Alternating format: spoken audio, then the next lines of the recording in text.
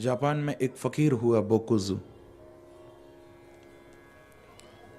उसका बड़ा विशाल आश्रम था, बहुत नामी फकीर बोकुजू। उसका बड़ा विशाल आश्रम, 500 उसके अपने शिष्य, फिर उन शिष्यों के शिष्य, फिर उनके शिष्य।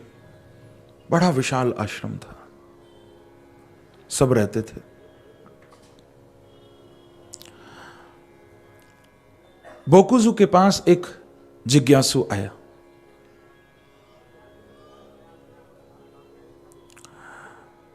उसने आकर बोकुजू को पूछा कि मैं उस परम सत्य के बारे में जानना चाहता हूं। मैं उस परम सत्य के संबंध में, उसके बारे में जानना चाहता हूं। बोकुजू को पूछा। बोकुजू ने उसको पलटकर कहा कि पहले थोड़ा अपना सवाल तुम स्पष्ट करो। तुम कहते हो कि परम सत्य के संबंध में, उसके बारे में जानना चाहता हूं, क्या तुम यही पूछ रहे हो? बोले क्या कोई दूसरा भी प्रश्न हो सकता है? बोले हां। तुम पूछते हो कि मैं परम सत्य के बारे में जानना चाहता हूं, परम सत्य के संबंध में जानना चाहता हूं। तुमको यह पूछना चाहिए कि मैं परम सत्य को जानना चाहता हूं, to know about that eternal truth. ऐसा नहीं, to know that eternal truth. उस परम सत्य को जानना चाहता हूं, उसके बारे में नहीं। फिर पूछ लो ठीक से सोचकर। वो समझ गया कि दोनों में अंतर है। सत्य के बारे में जानना और सत्य को जानना, ये उसी तरह से है बंधुओं।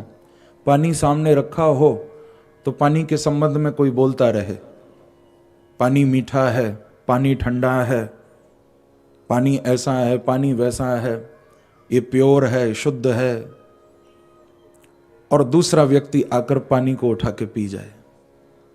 अंतर हुआ ना दोनों में। एक पानी के बारे में जानता है और दूसरा पानी को पीना जानता है। प्रेम से कहो श्री राधे। तो उसने फिर बोकुजू को यही कहा कि मेरे से भूल हो गई, मैं उस परम सत्य के बारे में नहीं जानना चाहता, मैं उस परम सत्य को जानना चाहता हूं। यही मेरा सवाल है। बोकुजू ने कहा ठीक है, पर उसके लिए थोड़ा समय देना पड़ेगा। तुम्हारे अंदर थोड़ा धैर्य होना चाहिए, थोड़ा पेशेंस होना चाहिए। बोले है। क्या तुम प्रतीक्षा कर पाओगे? बोले बिल्कुल करूंगा। ठीक है, आश्रम में काम करो। बोले क्या काम करना होगा? बोले हमारे हजारों शिष्य यहां पर रहते हैं, रसोई में चले जाओ और उनके लिए चावल कूटने का काम करो, जाओ। और अब मेरे पास मत आना दोबारा, समय आएगा मैं तुम्हारे पास आऊंगा, दोबारा मत आना मेरे पास। बड़ा ध्यान से सुनना आप सभी।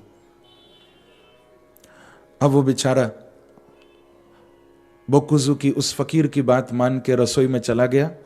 उसने चावल कूटना शुरू कर दिया। हजारों शिष्य भोजन करते थे। सुबह से बैठ जाता था चावल कूटने, दिन भर चावल कूटता था, उसको कुछ करना ही नहीं दूसरा कोई काम। सारा दिन चावल कूटता रहता था, थक जाता था, सो जाता था, फिर सुबह उठते ही चावल कूटना शुरू। पहले तो थोड़ा बहुत लोगों से बातें भी करता था, आते जाते लोगों को हंसते हुए देखता भी था, बोलता भी था। धीरे धीरे वो इतना मगन हो गया, फिर बातें भी करना छोड़ दिया उसने। बस चावलों को ही देखता रहता और कूटता रहता। कुछ दिन बाद उसने हंसना भी छोड़ दिया। कौन बगल से निकल रहा है, कौन आ रहा है, कौन जा रहा है, उसको होश नहीं रहता, चावल कूटता रहता। दिन निकलते गए, महीने निकलते गए, साल निकल गए। अब तो आश्रम में जितने भी शिष्य थे उन्होंने उसकी तरफ देखना तक छोड़ दिया। अब कोई देखता भी नहीं था उसकी तरफ, देखना छोड़ दिया। लोग कहते ये तो कोई पागल है, हमारे गुरु ने लगा दिया है, बस चावल कूटता है सारा दिन। लोगों ने देखना भी छोड़ दिया, उससे बात भी कोई नहीं करता, कोई उसके बारे में भी बात नहीं करता। वो मगन है अपना, चावल कूटता रहता। उसको 12 साल हो गया, न कभी वो बोकुजू के पास गया, न वो फकीर कभी उसके पास आया। 12 साल हो गए। बोकुजू वृद्ध होने लगा। मन में सोचा कि अब अपने सामने ही आश्रम को किसी के ऊपर छोड़ना चाहिए। कब जाने मैं चला जाऊं, बुलावा आ जाए तो अपने सामने ही किसी को आश्रम देकर जाना ठीक होगा। बोकुजू ने अपने शिष्यों को सबको इकट्ठा किया और कहा कि देखो, सारे धर्म का सार 4 वाक्यों में मेरी कुटिया के बाहर दीवार पर लिख दो, और जिसने धर्म का सार 4 वाक्यों में लिख दिया वही मेरा उत्तराधिकारी होगा। लिख दो कोई भी। अब वहां विद्वान तो बहुत भरे पड़े थे उस आश्रम में, लेकिन हिम्मत नहीं हो रही थी किसी की, कौन लिखे। लेकिन जो थोड़े तार्किक थे उन्होंने तैयारियां शुरू कर दी कि सारा आश्रम हमको मिल जाएगा। वो शास्त्रों को पलटने लगे, कोई ऐसे 4 वाक्य ढूंढे जाएं, किताबों को खंगोलने लगे, 4 वाक्य ढूंढने लगे। तो एक ने हिम्मत जुटाई, क्योंकि सबको मालूम था कि यदि गलत लिख दिया तो बोकुजू छोड़ेंगे नहीं फिर, तो हिम्मत भी चाहिए लिखने के लिए। एक ने हिम्मत जुटाई और सुबह सुबह बोकुजू के उठने से पहले दीवार पर कुटिया के बाहर उसने लिखा कि मन एक दर्पण है जिस पर कर्मों की धूल जमी हुई है, इस धूल को हटा दो, परमात्मा मिल जाएगा। ये 4 वाक्य उसने लिखे। मन एक दर्पण है जिस पर कर्मों की धूल जमी है, इस धूल को हटा दिया जाए तो परमात्मा मिल जाएगा। और इसमें कुछ भी गलत नहीं है, उसने ठीक ही लिखा। उसने बड़ा देखा शास्त्रों को, फिर उसने ढूंढ के ये 4 वाक्य लिखे। अब उसने तो अपनी तरफ से बिल्कुल ठीक लिखा था, लेकिन मन में डर था कहीं गलत हो जाए तो बोकुजू पकड़ लेंगे। तो नीचे अपने सिग्नेचर नहीं किए उसने।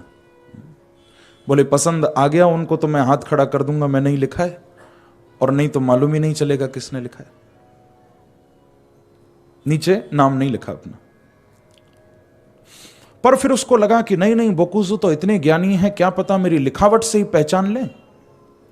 तो और शिष्यों को बोला कि देखो मैं यहां से भाग रहा हूं, अगर बोकुजू के पसंद आ जाएं 4 वाक्य तो मुझे फलानी जगह से ढूंढ के ले आना, नहीं तो मैं आऊंगा नहीं अब लौट के। चला गया।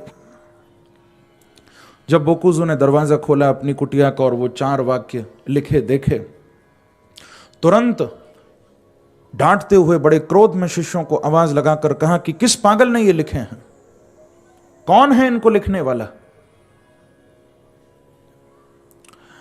उसको पकड़ के मेरे पास लाओ, मैं उसको सजा दूंगा। सब हैरान हो गए, एक दूसरे की तरफ देखने लगे कि बताओ बेचारे ने इतना तो सोच समझ के और सारा सार ही तो लिख दिया और फिर भी ये डांट रहे हैं। तो 2-4 की जो हिम्मत थी कि हम भी लिखेंगे, उनकी भी हिम्मत जवाब दे गई। अब इसके आगे हम क्या लिख सकते हैं। सारे आश्रम में चर्चा हो गई, बोकुजू नाराज हैं, अब क्या करें। तो सब आपस में बात करते हुए रसोई से निकल रहे थे, जहां पर वो चावल कूट रहा था व्यक्ति, वहां से सब शिष्य आपस में बात करते हुए जा रहे थे कि देखो भैया उसने ठीक ही तो लिखा, मन दर्पण है, कर्मों की धूल जमी है, धूल हटा दो, परमात्मा मिल जाएगा। बिल्कुल ठीक ही तो लिखा, उसने क्या गलत लिख दिया। फिर भी बोकुजू नाराज है। जब ऐसा कहते हुए वो जा रहे थे तो उस व्यक्ति के कानों में ये शब्द पड़े, जो चावल कूट रहा था ना बैठा बैठा, आज उसके कानों में ये शब्द पड़े और 12 साल के बाद वो जोर से खिलखिला के हंसने लगा। सब शिष्य हैरान हो गए कि इसको तो हमने कभी हंसते नहीं देखा, इतने सालों बाद आज ये कैसे हंसा। उसको पूछा कि भाई तुम क्यों हंस रहे हो, तुमको तो हमने कभी हंसते नहीं देखा। उसने कहा कि मैं तुम सबके पागलपन पर हंस रहा हूं। तुम बोकुजू को, अपने गुरु को पागल समझ रहे हो, पागल तुम सब हो। ये जिसने भी लिखा है गलत लिखा है। बोले फिर सही क्या? बोले मैं बता रहा हूं, जाकर लिख कर आओ। अब सब बोले कि तुम खुद ही लिखो ना, हम तो नहीं लिखेंगे। बोले मेरे पास फुर्सत नहीं जाने की, मेरे गुरु की आज्ञा है, मुझे यहीं रहना। लेकिन जो मैं कहता हूं तुम लिख कर आओ। बोकुजू खुश हो जाएंगे। तो एक ने हिम्मत जुटाई कि ठीक है, नाम तो नीचे लिखना नहीं है, लिख कर आ जाते हैं। बताओ क्या लिखना? बोले अब की बार लिख कर आओ।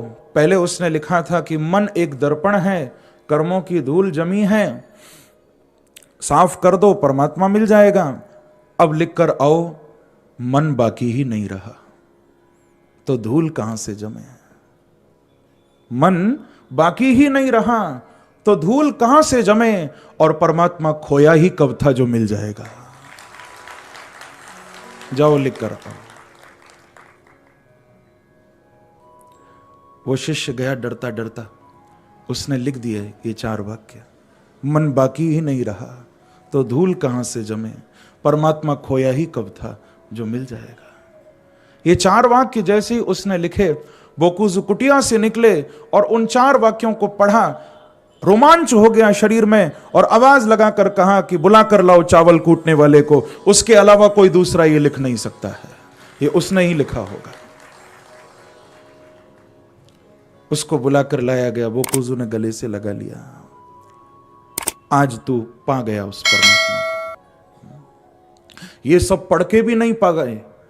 इन्होंने शास्त्रों को पढ़ा, ग्रंथों को खूब खंगाला, लेकिन फिर भी ये नहीं पा सके। और देख, तूने चावल कूटते कूटते पा लिया उसको। प्रेम से कहो श्री राधे।